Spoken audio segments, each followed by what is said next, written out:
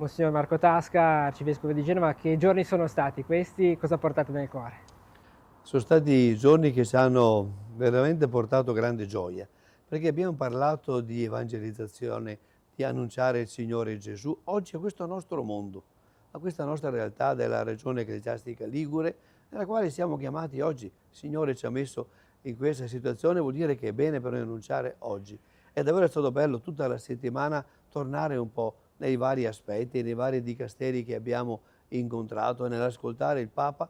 È stato bello sentire questa passione per il Vangelo, per annunciare il Vangelo oggi. Ed è davvero bello che anche oggi noi ci mettiamo in questa dimensione di annunciare una cosa bella, di annunciare una bella notizia che dà vita, che dà speranza e che dà futuro. Vi siete sentiti accolti?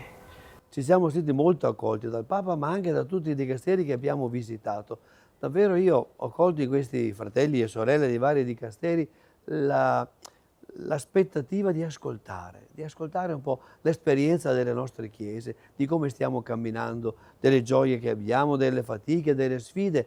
Ed è davvero bello e sentire essersi accolti in questa comune passione per l'annuncio del Vangelo.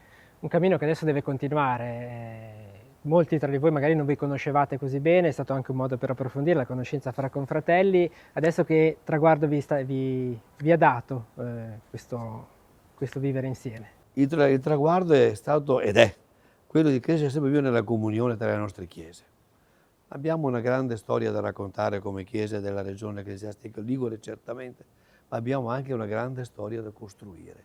Ed è questo che ci siamo dati come impegno, di crescere in questa comunione per costruire una grande storia che il Signore vuol fare con noi e con le nostre chiese.